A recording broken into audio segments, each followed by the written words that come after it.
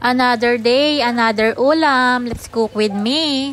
Hello guys, kumusta kayong lahat? So for today's video ay nire-ready ko na pala ang aking lulutuin. Naghiwa na ako ng mga bell pepper, patatas at carrots. Naghiwa na rin ako ng sibuyas, bawang at luya at itong 1 kilong manok. At nang ready na nga aking mga lulutuin ay nag-start na rin ako magpainit ng mantika. At nang mainit na, nag-start na rin ako mag-fry ng carrots.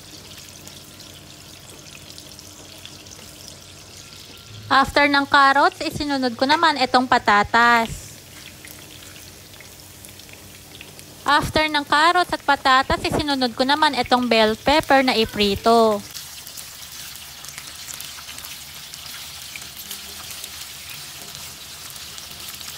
At nang medyo half cook nga, isa-isa ko na silang inihaon sa kahirapan. Charis. After nito, isi-set aside ko muna. At mag-i-start na rin pala akong mag-isa. Iginisa ko na nga itong luya. After ng luya, isinunod ko naman itong sibuyas. At sunod na iginisa ko itong bawang. After ng ilang minutong pagigisa, iginisa ko na rin itong hiniwang karne. Igigisa ko lang to ng mga ilang minuto at tatakpan hanggang sa magpalit ang kanyang kulay. At nang magbago na nga ang kulay ay naglagay na rin ako ng mga pampalasa na patis, dahon ng laurel at paminta.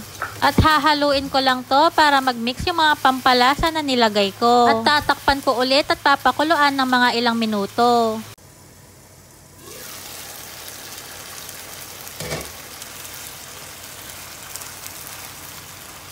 At after ng ilang minutong pagpapakulo ay naglagay na rin ako ng curry powder. At hahaluin ko lamang ito. At tatakpan at papakuluan ng kaunti.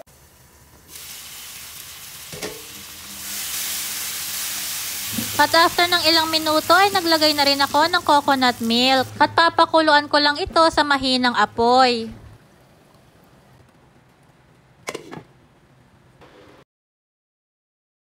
At nang malambot na nga ang manok ay nilagay ko na rin tong mga ifinry kong carrots, bell pepper at patatas. Hahaluin ko lamang ito at papakuluan ng mga 3 o hanggang 5 minuto.